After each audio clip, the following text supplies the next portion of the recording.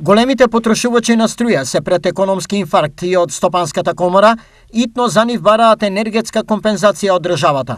Решение на овој проблем владата се уште не понудила, но денеска премиерот Димитар Ковачевски откри чекори во повеќе насоки.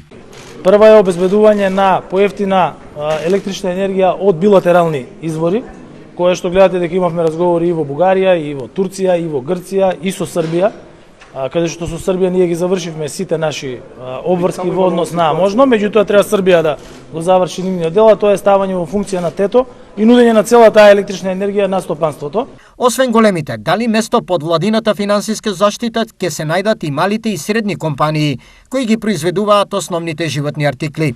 Сметките кои што се плаќаат на регулираниот пазар за компаниите до 50 вработени и до 2 милиони евра обрт, тие се за дупло или за повеќе помали од цените кои што се на берзите.